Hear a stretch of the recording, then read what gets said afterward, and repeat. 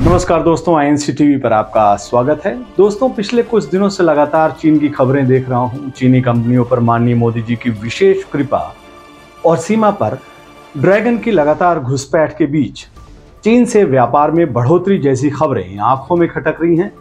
मन मस्तिष्क इन विरोधाभासों पर विचार विमर्श कर रहा है और इसी विमर्श के दौरान मेरे मन में एक सवाल का उठा है और वो सवाल है, क्या चीनी कंपनियों से लिए पैसे को छुपाने के लिए मोदी सरकार पीएम केयर्स की राशि का डिटेल नहीं बता रही है?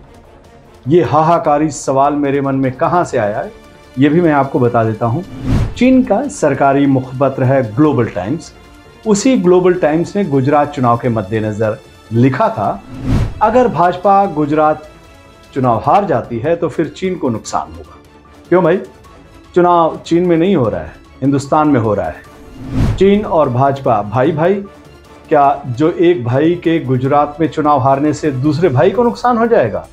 सवालों की बिखरी कड़ियों को जोड़ने के क्रम में कुछ दिलचस्प तथ्य सामने आए हैं और हमने वो इन्वेस्टिगेट किया है। चीन की एक कंपनी यूसी वेब मोबाइल, 2017 में मोदी सरकार ने इस कंपनी पर आरोप लगाया कि ये भारतीयों का डाटा चुराकर चीन भेजती है, लेकिन बाद में उसी कंपनी से भाजपा ने साल 2019 के चुनाव में अपनी ब्रांडिंग करवाई।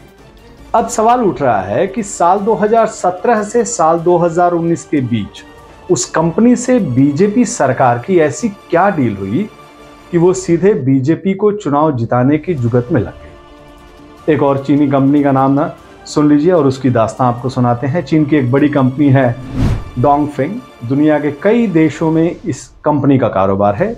कई देशों में इस कंपनी पर घोटाला और कई दूसरे तरह के आरोप भी लगे हैं। इस कंपनी की गैरकानूनी और संदेहास्पद गतिविधियों को देखते हुए विश्व बैंक तक ने इस कंपनी को ब्लैक लिस्टेड करके रखा है। लेकिन डोंगफेंग पर मोदी जी की विशेष कृपा देखिए। इस कंपनी को उन्होंने जम्मू कश्मीर में स्मार्ट मीटर लगाने का प्रोजेक्ट दे दिया।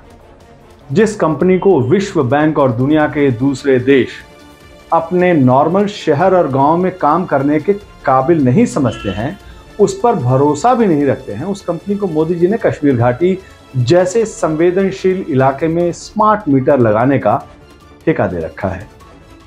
कोई किसी पर यूं ही इतनी बड़ी कृपा नहीं करता है, कुछ तो अंदर बड़ी बात जरूर होगी।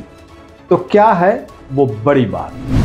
क्या वो बड़ी बात यही है कि चीनी कंपनियों से लिए पैसे को छुपाने के लिए मोदी सरकार पीएम केयर्स की राशि का डिटेल नहीं बता रही है? पीएम केयर्स राशि का घोटाला आजाद भारत का सबसे बड़ा घोटाला साबित हो सकता है। आजाद हिंदुस्तान में पहली बार ऐसा हुआ है कि पीएम के नाम पर देश दुनिया में वसूली हुई, लेकिन उस वसूली पर सरकार सांस तक नहीं ले रही है।